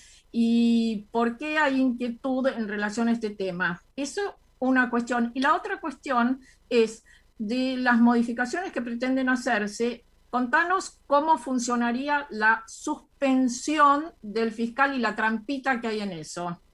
Es decir, del procurador. La cuestión vinculada con el sistema acusatorio es muy grave, justamente porque con la instalación del sistema acusatorio, que es un buen sistema que se usa en la mayor parte del mundo más avanzado, el fiscal es quien dispone de la acción. Es decir, que el fiscal puede o no acusar, y va a tener un poder muchísimo mayor, ya lo tiene, como dijiste vos, en Salta y en otras provincias donde ya rige el sistema, pero estamos hablando de delitos federales, esto no es para delitos comunes. De todas maneras, tiene un poder muchísimo mayor, con lo cual, si pensamos que un fiscal puede ser removido con más facilidad, de acuerdo al proyecto, básicamente el oficialismo de turno tiene prácticamente la mayoría para generar procesos en contra de los fiscales. ¿Qué fiscal se va a animar a investigar al poder en una circunstancia de ese tipo? Es bastante claro, ¿no? La trampa de la suspensión, Marta, te voy a tener que pedir que la aclares vos, porque por ahí se me escapó esa. Porque dentro del proyecto se establece que se puede suspender al fiscal y se establece... Sí. Con lo cual, esto implicaría que se puede designar un interino que puede durar mucho tiempo y ese interino responder absolutamente al gobierno de turno, ¿no? Y lo curioso es que... A ver, Ale, a los dos, porque sería importante. ¿Y cuáles son las alternativas? ¿Ninguna modificación o alguna es factible y necesaria? O al revés, necesaria y factible. Yo creo que la modificación del mandato me parece muy bien del término. Han coincidido, por ejemplo, las ONG que yo mencioné, que son realmente serias, han coincidido en que 8 o 10 años estaría muy bien. Pero no 5, que es lo que se propone, digamos. Claro, porque que esté desvinculado del término de un gobierno, que exceda con alguna amplitud un gobierno, como para que pueda jugar con independencia también el procurador, ¿no? Perfecto. Sí, coincido absolutamente. Además es bueno que no sea vitalicio, ¿no? Sí, lo interesante también es la hipocresía. Yo, cuando me van a perdonar mi enojo al comienzo del programa, cuando me metí con el ídolo popular Marcelo Tinelli, pero creo que tiene que ver, si las normas son para algunos y no para todos, y ahí es donde estamos en problema. Si el régimen para elegir nada menos que al jefe de los fiscales y a quien representa al Ministerio Público Fiscal ante la Corte Suprema, se cambia en función de la mayoría circunstancial que cada partido tiene. Y bueno, y en esto, hoy un argumento, Marta, que escuchamos en el grupo o que leímos en el grupo de WhatsApp que vos mencionás, era, bueno, pero el gobierno anterior lo propuso en un contexto donde no era mayoría del Senado, por lo tanto es menos grave. Y mi reflexión es, no, es igual de grave, porque lo grave es afectar el espíritu de la Constitución, es que el Procurador General sea alguien que elegimos por consenso, sea alguien que represente de alguna manera a la sociedad en su conjunto, que no esté sujeto al poder de turno. Y no me importa si hoy tiene o no tiene la mayoría quien propicia esto, eso está mal, lo haga quien lo haga. Y voy a agregar un comentario, por suerte parecería, por ahí es un deseo mío, pero he leído un par de artículos, que con esta fuerte campaña pública hay muchos diputados que han vacilado y cambiado su posición y hoy el proyecto no tendría mayoría para ser aprobado en diputados. Veremos qué pasa. Y no solo eso, sino que hasta se movilizó, porque esto, perdón Marta, y con esto cierro, hasta se movilizó la posibilidad de que se acuerde un candidato por consenso, y en este sentido, la propuesta que hay del Poder Ejecutivo, que la mayoría oficialista en el Senado se negó a tratar durante 1 año y medio, a pesar de que es su propio gobierno quien la mandó, que es la del doctor Daniel Rafecas, juez federal. Yo creo que hay que destacar el valor ético de las palabras de Rafecas, que hace bastante tiempo dijo, a mí por mayoría simple no me designan, no voy a aceptar la designación, y ayer lo ratificó en el medio de la discusión. En un país donde nadie se baja de un cargo, me parece un dato significativo. Coincido absolutamente con lo que expresás en relación a Rafecas, y además yo creo que hay que estar muy atentos en relación a la distribución de los votos en diputados, si dan quórum, si no dan quórum, pero si dan quórum se oponen, etcétera. Y esos votos que están en duda, porque debo decir que siempre se da en los cuerpos legislativos en nuestro país, Mercedes, en nuestro país, esas componendas entre algunos legisladores innotos, que cambian favores, por decirlo de alguna manera, con aquellos que tienen claro lo que quieren obtener, en este caso, esta ley y esta cooptación de la justicia, y esos ignotos legisladores son a veces los que pueden cambiar el destino de una situación muy relevante, ¿no? Tal cual, tal cual. Mercedes, ¿querías agregar algo? No, a mí me parece que es muy importante por esto que planteaba Marta, de el desconocimiento y la importancia de el desconocimiento que tiene la ciudadanía en la Constitución, la importancia que tiene como vos decías, Alejandro, sostener el espíritu de la Constitución, pero para mí falta el puente para que nosotros, los ciudadanos de a pie, nos demos cuenta de que todos estos circuitos más de tipo político de alto nivel o de infraestructura democrática, casi diría borrosa, nos afectan directamente. Esto que decía Marta, de alguna manera nuestro programa me parece que se hace cargo de establecer ese puente, de por qué es importante para cada uno de nosotros que no importa el color del gobierno de turno, se respete la Constitución. Y para eso tenemos que comprometernos en conocerla. Tal cual, tal cual. Charlie, ¿querés agregar algo? Porque si no pasamos a otro tema interesante también. No sé si lo que voy a agregar es interesante, pero no, me agarro de lo que vos decías, que esto es una lógica de hacer política, ¿no? Porque lo mismo propusieron unos y otros. Por lo tanto, parece que la dirigencia tiene como meta hacer fuerte su gobierno, aunque esto implique llevarse puesto al Estado. Porque en definitiva lo que se está destruyendo es el Estado. los gobiernos van y vienen. Y yo recuerdo que esto me lo explicó un fiscal de Cámara Federal de una de las provincias, que no voy a decir cuál para no mandarlo al frente, pero me dijo, así como el menemismo en la década del 90 capturó a la justicia a través de la reforma de la justicia penal, impulsando la reforma que estaba bien.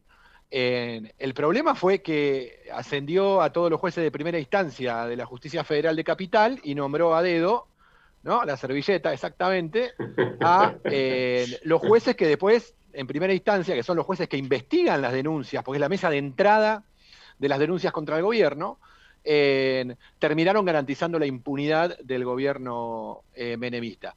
Y ese mismo fiscal me dijo, como ya el kirchnerismo, y esto me lo dijo en el primer gobierno del kirchnerismo, como el actual gobierno no puede volver a reformar y no puede echar a los jueces y demás, entonces la impunidad de este gobierno va a estar garantizada desde el manejo de la fiscalía y de la procuración y de la presión a los fiscales. Y es lo que están haciendo.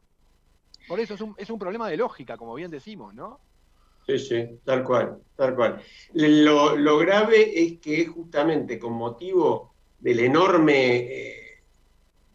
enorme disconformidad de la sociedad y de los excesos también, porque no es lo mismo robar un poquito que robar mucho, que no se note que se note, qué sé yo, hubo una reacción de la justicia, por supuesto alentada también por una situación política diferente en el periodo anterior.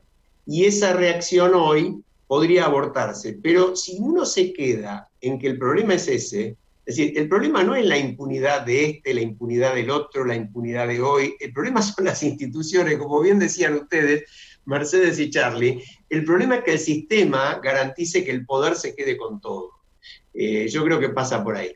Pero bueno, les propongo decir dos palabras sobre este horror, que cada uno diga dos palabras sobre este horror que se está viviendo nuevamente en Medio Oriente, con cientos de muertos, con peleas fratricidas, ya con peleas en el interior del propio Israel, que me parecen la novedad por ahí más triste y significativa del conflicto actual, donde ciudadanos israelíes de origen judío atacan a ciudadanos israelíes de origen árabe y viceversa, se matan por las calles, se linchan. Esto más allá del conflicto con el grupo terrorista de Hamás, con los misiles contra población civil, contra el origen de este asunto tan terrible también en un conflicto que perfectamente se pudo haber evitado y que quedan enormes sospechas de cuánto lo estimuló el propio gobierno de Netanyahu. En fin, a mí me parece que es una situación trágica y que lamentablemente en muchos casos se vuelve a plantear en términos de blancos y negros, ¿no? Como si hubiera buenos y malos y como si esto fuera posible de definir en tres palabras. No sé qué opinan ustedes. Yo creo que esto nos debe interpelar en nuestra condición humana, porque hasta hace pocas semanas Israel estaba a la cabeza de los países del mundo en su lucha, en su combate y en sus triunfos en relación al COVID. Estaban recuperando la normalidad, estaban produciendo, incluso nos iban a ayudar a producir acá vacunas, etcétera, y de repente una situación de este tipo genera un conflicto que muchos dicen que probablemente sea una guerra a gran escala, que no lo pueden parar, no lo pueden parar. Y esto que vos decías, la convivencia que se veía razonablemente bien entre palestinos e israelíes en Jerusalén, por ejemplo, hay un altísimo porcentaje de palestinos viviendo. Entonces, ¿qué nos pasa, no? ¿Qué nos pasa? Yo creo que es muy, muy triste. Los organismos internacionales están expresándose, pero no alcanza. Creo que, bueno, debe hacernos pensar y repensar mucho sobre la necesidad de trabajar por la paz en cualquier lado y con quien sea. A mí me sorprende profundamente lo que está sucediendo, aunque es algo que se reitera no solamente en esa zona, ¿no?, del planeta, porque nosotros nos vivimos criticando los argentinos, pero somos una comunidad donde las tres comunidades que permanentemente se han enfrentado en la historia, convivimos en paz y tenemos vínculos profundos. Y en algún punto, a mí me parece que hay, no sé cómo llamarlo, adhiero a lo que plantea Marta, que estamos tocando puntos de lo humano genérico, pero hay una alta hipocresía, porque se podrían proponer soluciones, no digo que inmediatas, pero hay soluciones posibles, se han intentado, pero los intereses económicos, el tema del petróleo, se empieza a oscurecer, y en el tablero de la política internacional, estas dos digamos, situaciones de Israel y de Palestina son un elemento más, ¿no? O son no digo que víctimas exclusivamente Israel y Palestina, pero sí están jugando en un tablero que no creo que escale a lo que planteabas vos, Marta, ¿no?, a nivel así global, pero no sé cómo plantearlo. El juego de Estados Unidos en este momento a mí me suena críptico, ¿no? Es decir, que hay que bajar los niveles de violencia. ¿De qué estamos hablando, no? Ahí me encantaría que invitemos a algún experto en ¿no?, en Medio Oriente, para que nos oriente en cuáles son los intereses que están jugando, cuáles son los países que están detrás de toda esta cuetería que aparece jamás de golpe teniendo, ¿no? Mercedes, te quiero aclarar que cuando mencioné una guerra a gran escala, no quería significar una guerra a nivel global, sino a gran escala. Bueno, yo imaginé que sí, que de alguna manera te habías planteado que era posible, ¿no? En la región y en países que habitualmente están en conflictos en esa zona, ¿no? Claro, está bien, está bien. ¿Charlie?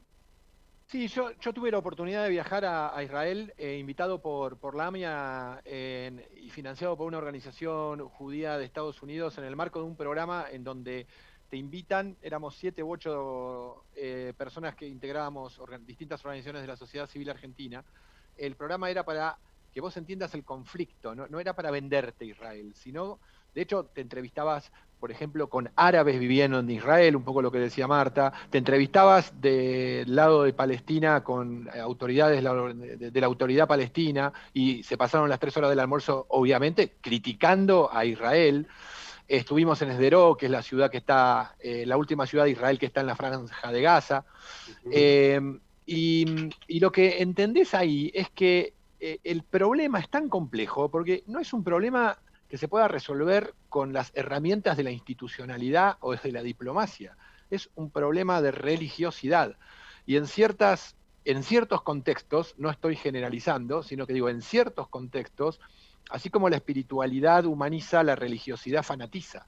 Entonces, a mí me parece que es muy difícil resolver ese conflicto porque ancla en lo profundo de la religiosidad. Y creo que todavía no nos hemos dado las herramientas y los mecanismos para poder resolverlo. Por eso es un conflicto que está como eternizado ahí, ¿no? Ahora, te agrego algo, Charlie. Yo comparto que obviamente la religiosidad y lo emocional tiene una parte muy significativa. Pero creo que este dato nuevo de estas últimas semanas, vinculado con conflictos al interior de Israel, 2 millones de ciudadanos israelíes son árabes. 2 millones y creciendo en porcentaje, porque obviamente suelen tener más hijos los árabes que los judíos.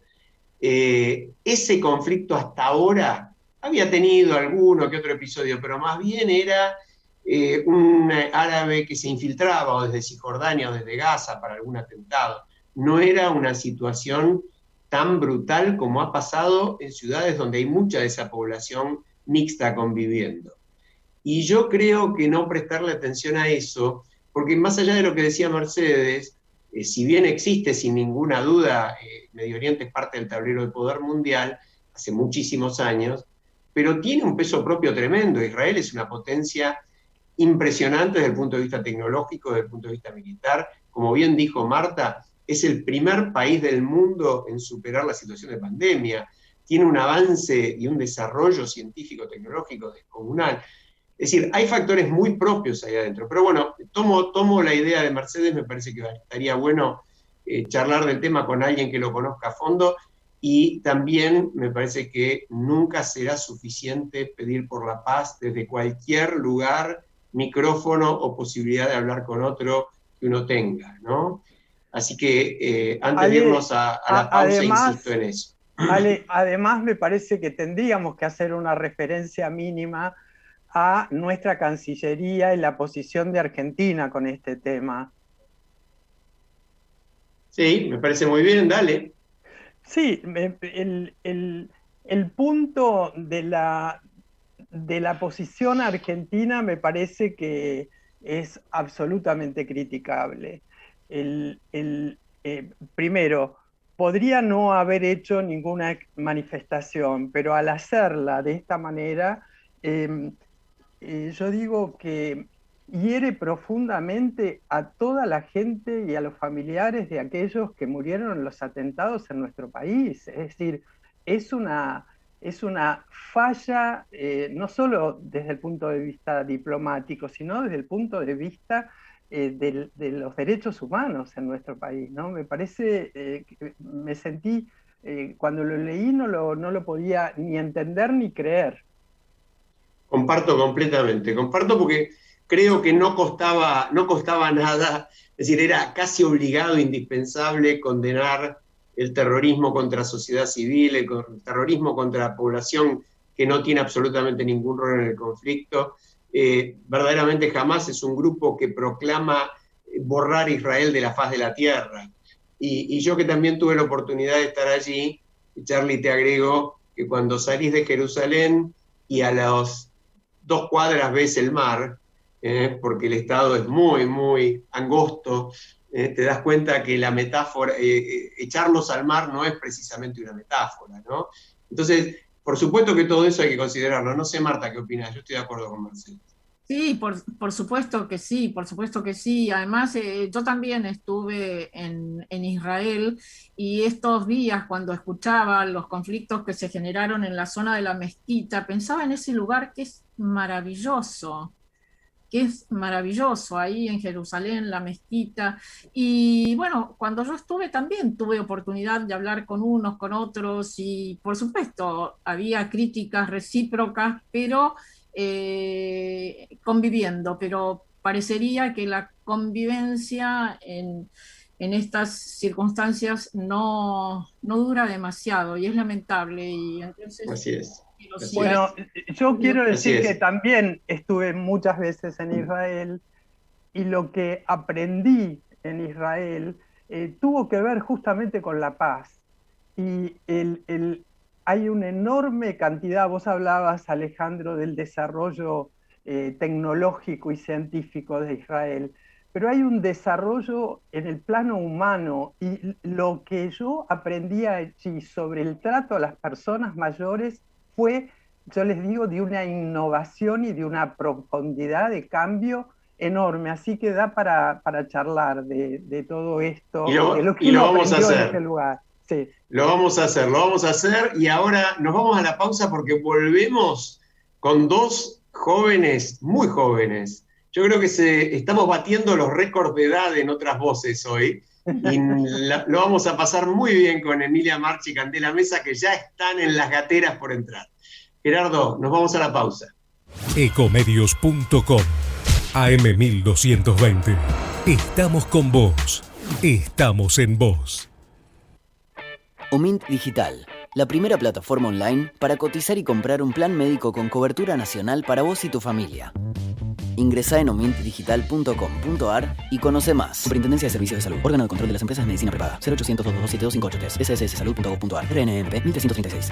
Este minuto de puro branding es para los clientes de DirecTV, porque me acaban de contar que DirecTV Go, la plataforma OTT de pan regional de DirecTV, bueno, ya está disponible en el sistema Roku en la actualización 3.0.2 de su aplicación. De esta manera, DirecTV también se mete en el mundo del Roku y te dice que si tenés ganas de disfrutar de sus contenidos, ahora podés hacerlo a través de este nuevo sistema. Bueno, hay muchos cambios, va a haber muchas novedades, pero lo importante para la gente de DirecTV o los que son clientes de DirecTV es que ya tienen disponible todos los contenidos de DirecTV Go a través de Roku. Omint Digital, la primera plataforma online para cotizar y comprar un plan médico con cobertura nacional para vos y tu familia. Ingresá en omintdigital.com.ar y conoce más. Superintendencia de Servicios de Salud. Órgano de control de las empresas de medicina prepaga. 0800-227-2583. SSSsalud.gov.ar. RNMP 1336. No aplaudamos al mosquito, combatámoslo en serio. Para combatir el dengue, el zika y el chikungunya, evitemos que los mosquitos piquen y se reproduzcan. Usemos repelentes, coloquemos tules en la cuna de los bebés y demos vuelta a contenedores para que no se acumule el agua. Si tenés fiebre alta, dolor de cabeza y dolor muscular, no te automediques y acudí al médico. Encontrá más información en argentina.gov.ar. Argentina Unida, Ministerio de Salud, Argentina Presidencia. Podés vernos en vivo en ecomedios.com. Contenidos audiovisuales. Conectate con nosotros. Contestador 5-254-2353. Bueno, estamos de vuelta y las imágenes me parece que ya las presentan muy bien a las chicas. Emilia March, Candela Mesa, ¿cómo les va? ¿Qué tal? Hola. Emi, ahí está. Y le vamos a pedir a Charlie, a ver, total, estamos en familia. Charlie, ¿las presentás vos? Literalmente estamos en familia. Bueno, como su apellido lo indica, Emilia es mi hija y Candela, además de ser compañera en el colegio, son muy amigas. Y mejor que presentarla yo, me parece que está bueno que se presenten ellas y que cuenten, ¿no?, qué hacen más allá del colegio, si quieren que cuenten algo del colegio, pero a las actividades que desarrollan fuera del colegio y después, nada, tiro la primera pregunta y después siguen ustedes. Me gustaría preguntarles cómo están viviendo la pandemia en el ámbito escolar. Después vamos a charlar sobre otros ámbitos, pero arranquemos con el ámbito escolar. ¿Cómo están desarrollando el tercer año que están cursando en el marco de la pandemia? Cande, ¿arrancás vos? Dale. Quiero decir una cosa, qué fallido, Charlie, vos que sos tan cuidadoso con el lenguaje.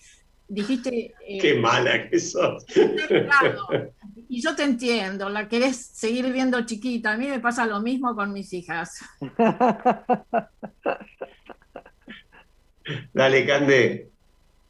No, en el colegio yo personalmente voy bien. A veces logro adaptarme a unas materias, en otras no entiendo nada. Pero el colegio en sí, la verdad que se logró adaptar bien a estas nuevas condiciones, que no son nuevas, pero en sí, nada, estuvo bastante bien y los profesores muy piolas todos, siempre con la mejor onda, así que la verdad que yo lo estoy llevando bastante bien, y nada, eso. ¿Tienen presencialidad, Cande, ustedes? Sí, tenemos 3 veces a la semana o 2 más o menos, y vamos aleatoriamente. Esto es un lío, adaptarnos a eso, nunca se sabe cuándo vas y cuándo no, pero después virtual, todos los días, el horario completo. Uh-huh. Emi, todos los compañeros de ustedes tienen buena conexión, se pierden con la virtualidad, ¿cómo juega eso? Sí, la mayoría tenemos buena conexión, siempre pasa que a alguno se le corta o cosas así, pero nada, es entendible, a todo el mundo le pasa. Después, Como dijo Cande, también es un quilombo porque hay colegios que hacen ponerle una semana sí, una semana no, de ir presencial y virtual, y nuestro colegio como que se va organizando según cada semana y ahí ponele, vamos una semana el lunes, miércoles y viernes, y otra semana vamos martes y jueves, y eso a veces como que te confundís porque no decís, bueno, esta semana qué días voy o qué días no voy, y así, y en eso es lo que más quilombo se hace. Pero después bien, se están organizando bien. Este año se nos sumaron 2 nuevas materias. Físico-química no entiendo nada. Economía más o menos la llevo, pero físico-química no. Y, y bien, bien. Está todo bien. Chicas, una pregunta. Ustedes van, bueno, son compañeras, van a un colegio privado, seguramente tienen amigos que van a escuela pública. ¿Notan alguna diferencia en cuanto a esto que mencionábamos, posibilidad de conexión, contenido de las materias, mayor o menor presencialidad? ¿Cómo compararían ambas cosas?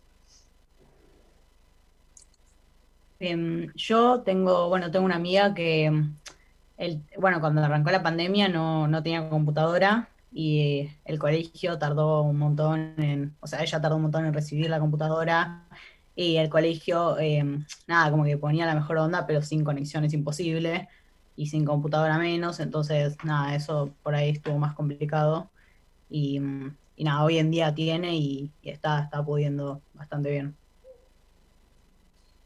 ¿Vos ves diferencia, Emi? Dale, dale. Sí, yo creo que sí, que hay bastante diferencia. Yo una vez hablé con la profesora particular que hacía matemáticas, que ella es profesora de un colegio público, y me contaba que hay chicos que pueden seguir el ritmo de las clases, tienen computadora o tienen los mecanismos para poder seguir a ese ritmo, y hay otros que no, que poner, tal vez tienen que estar mandando las actividades al mail de los padres porque ellos no tienen celular o forma de comunicarse.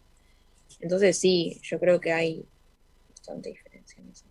A ver, y para las dos yo les querría preguntar, ¿cuáles son los aspectos positivos o aquello que ustedes rescatan de esta situación de virtualidad y ahora mixta, ¿no? Presencialidad, virtualidad. Pero cuando hubo solo virtualidad, ¿encontraron algún elemento, algún factor que les pareciera positivo y que querrían eventualmente sostener cuando esta pandemia se reduzca o se acabe? Por levantarme más tarde. Ok, claro, No, bueno, mentira. no es pero no es yo Es un creo que gasto. mucha gente lo toma en cuenta, el tiempo de traslado que uno tiene, que ni nos avivábamos, ¿no? De golpe tomamos conciencia de esto, puede dormir un poco más. Sí. Sí. Sí, también está bueno tener como la posibilidad de tener ese aula virtual. Eso también está bueno, aparte de tener como los profesores en el colegio, tener todo subido a la virtualidad. Y también con la pandemia se empezó a utilizar mucho más la tecnología en el colegio. Antes no estaba la posibilidad de tener un classroom, ponele. eh, Esto claramente lo digo yo que tengo la posibilidad de acceder a eso a través de una computadora, un celular, alguien que no tiene la posibilidad, tal vez, nada, no le marca la diferencia, pero nada, nosotras que tenemos la posibilidad creo que está bueno. Y les hago otra pregunta, cambiando un poco el tema, aunque hablando de la pandemia. ¿Cómo se llevan con la situación en sí? Por ejemplo, ¿tienen miedo? ¿Han tenido miedo en este año y medio casi ya? Que llevamos miedo a contagiarse, miedo a contagiar familiares. ¿Cómo lo viven eso? Por ahí al principio como que cuando apenas empezó a salir, creo que fue más o menos octubre, ponele, agosto, ahí cuando se empezó a salir, yo cada vez que me juntaba con alguien, eh, o sea, respetando la distancia y demás, pero cuando me juntaba con alguien tenía el miedo por 10 días de que presentara un síntoma, o me levantaba con dolor de cabeza y digo, es COVID. Pero, pero no, nada, o sea, miedo en sí no, eh, pero sí, o sea, la verdad que con el tiempo esto ya como se naturalizó. ¿Emi?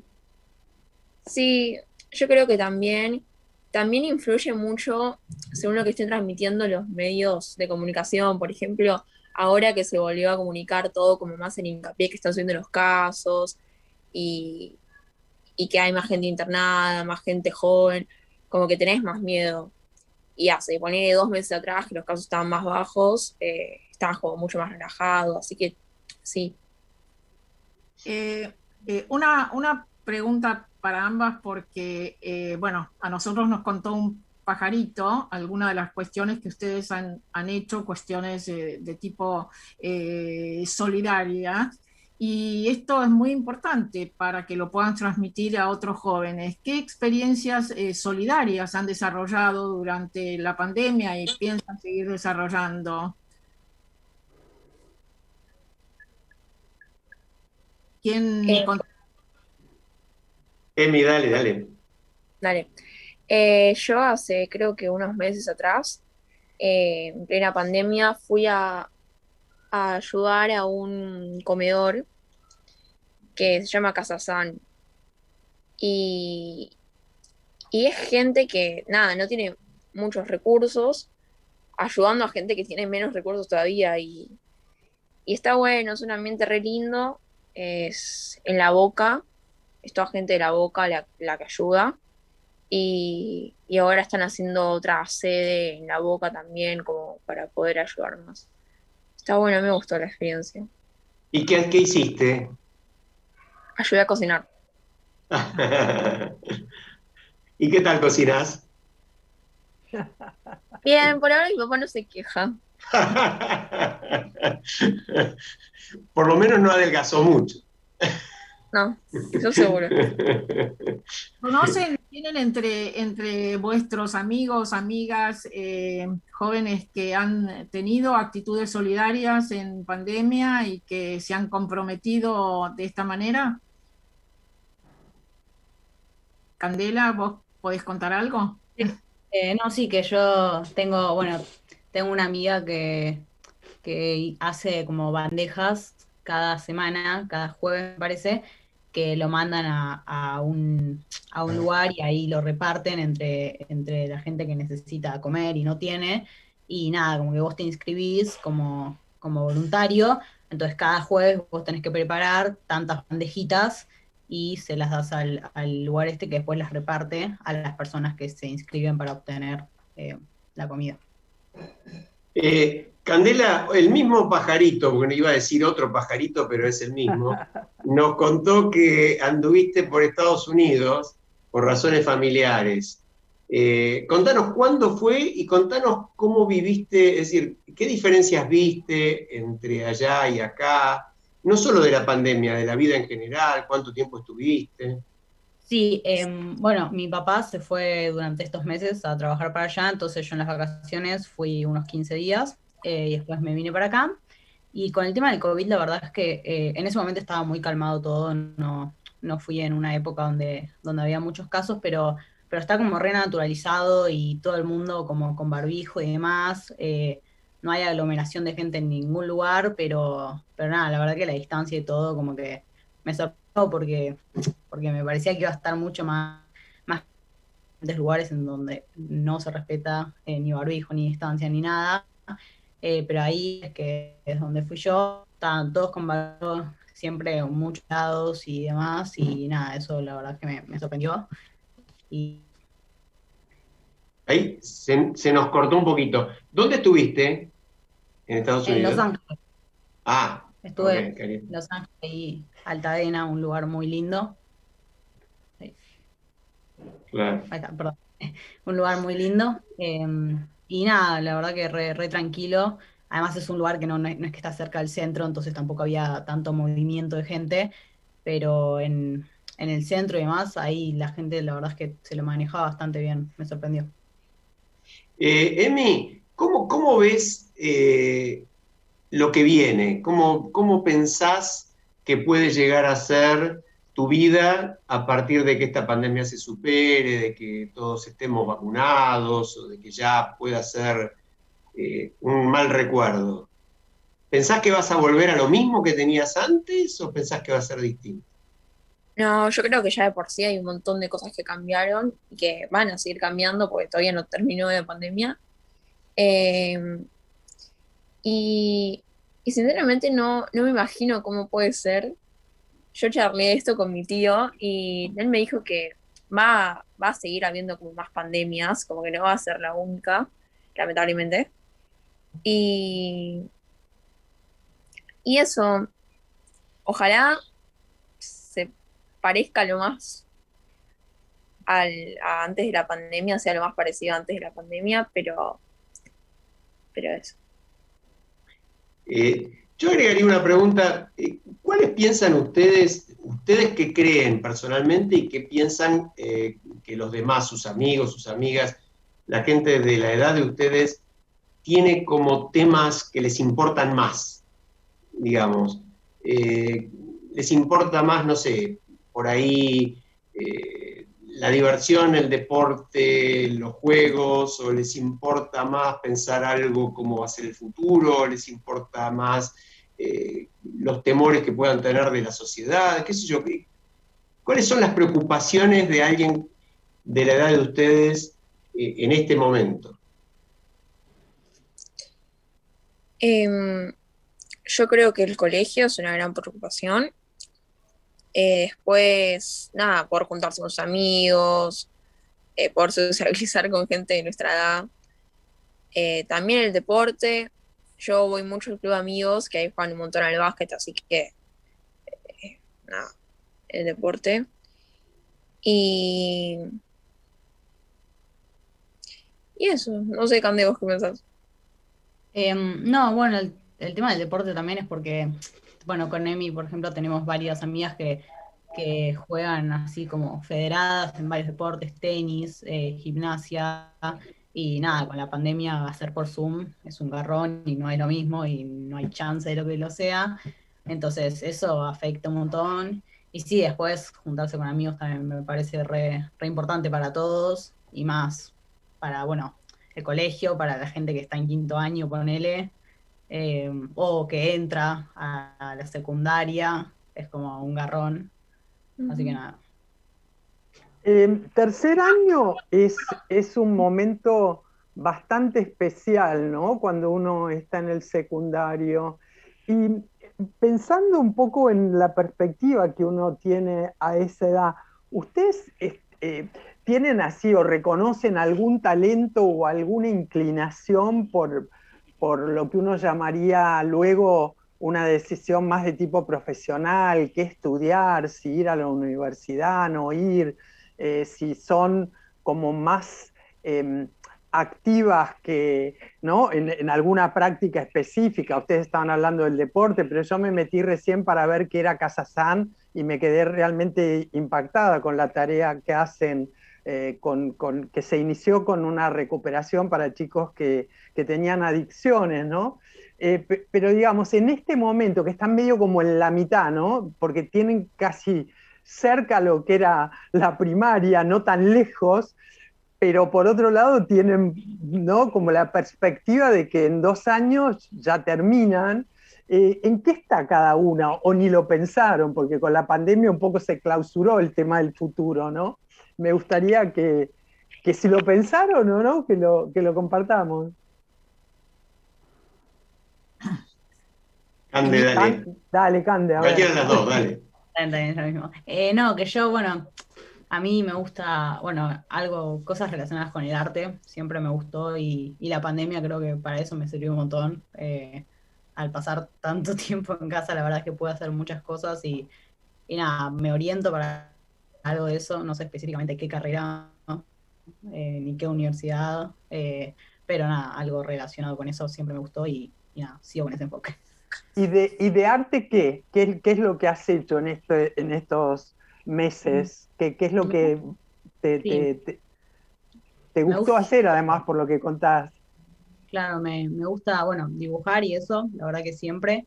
Y en la cuarentena empecé a hacer cosas más, no sé, esculturas o ponerle maquetas de cosas, no sé, de casas o cosas así, relacionadas con la arquitectura. Y nada, cosas más fuera del papel. Excelente. Yo estoy como por 3 cosas bastante diferentes. Una también es así el diseño, más al diseño gráfico, más tirado para ese lado. Otra es más por el tema de la nutrición. Me interesa mucho el tema de la nutrición y todo eso, así que otra es por ese lado. Y otra es más por el tema de lo social. Así como ayudar a poner esto de Casa San y así como ayudar a ONGs o cosas así. Así que entre esas tres puntas estoy viendo por qué me gusta más. Muy interesante. Dale, Marta. Tres cosas. Podés juntar sin dudas esas tres cosas. Vas a encontrar el camino juntando esas tres cosas. Sí, yo les iba a decir lo mismo y les digo que pueden agregar también alguna cuestión vinculada con los medios, porque para hacer debut en radio les fue muy bien, ¿eh? Tal cual. Arte y medios. Es bien interesante lo que plantean, ¿no? De estos caminos que se bifurcan, o por ahí el arte en sí, a dónde te lleva. Es maravillosa. Disfruten mucho de esta etapa, porque es una etapa de exploración, que uno después la recupera, a lo largo de la vida uno lo va recuperando, pero es muy lindo esto de ver cómo se proyecta uno a partir de sus talentos, ¿no? De sus habilidades, de aquello que le gusta hacer. Es fantástico. Y yo quiero decir algo cortito. Vos dijiste, Alejandro, en algún momento que es los invitados o las invitadas más jóvenes que hemos tenido en estos programas, pero no te creas, porque entre las dos suman como 30 años. Y mucha sabiduría, además mucha sabiduría suman. Tenemos un cierre de programa que lo elegimos muy especialmente pensando en la dura realidad que vivimos y en especial en el conflicto de Medio Oriente, porque es una versión muy linda en cuarentena hecha por varios músicos argentinos de Solo le pido a Dios, y verdaderamente queremos que la guerra no le sea indiferente a nadie. No le doy la palabra a Charlie porque pobre tuvo que buscar esa bufanda porque no encontraba babero, ¿viste? Entonces se puso una bufanda bien grande. Realmente Emilia March, aunque es Emi, Candela Mesa, me imagino que es Cande. Gracias por estar con nosotros, gracias por acompañarnos en este espacio Otras Voces, donde tratamos verdaderamente de escuchar a todos los distintos sectores y las distintas generaciones que habitualmente no tienen la posibilidad de salir en los medios. Y ustedes realmente lo hicieron bárbaro. Nos vamos a ir pidiendo gracias, para que... Gracias, Candela. Gracias. Gracias a las dos. Nos vamos a ir realmente pidiendo que la guerra no le sea a nadie indiferente y tengamos paz. Hasta la semana que viene. Un abrazo para todos.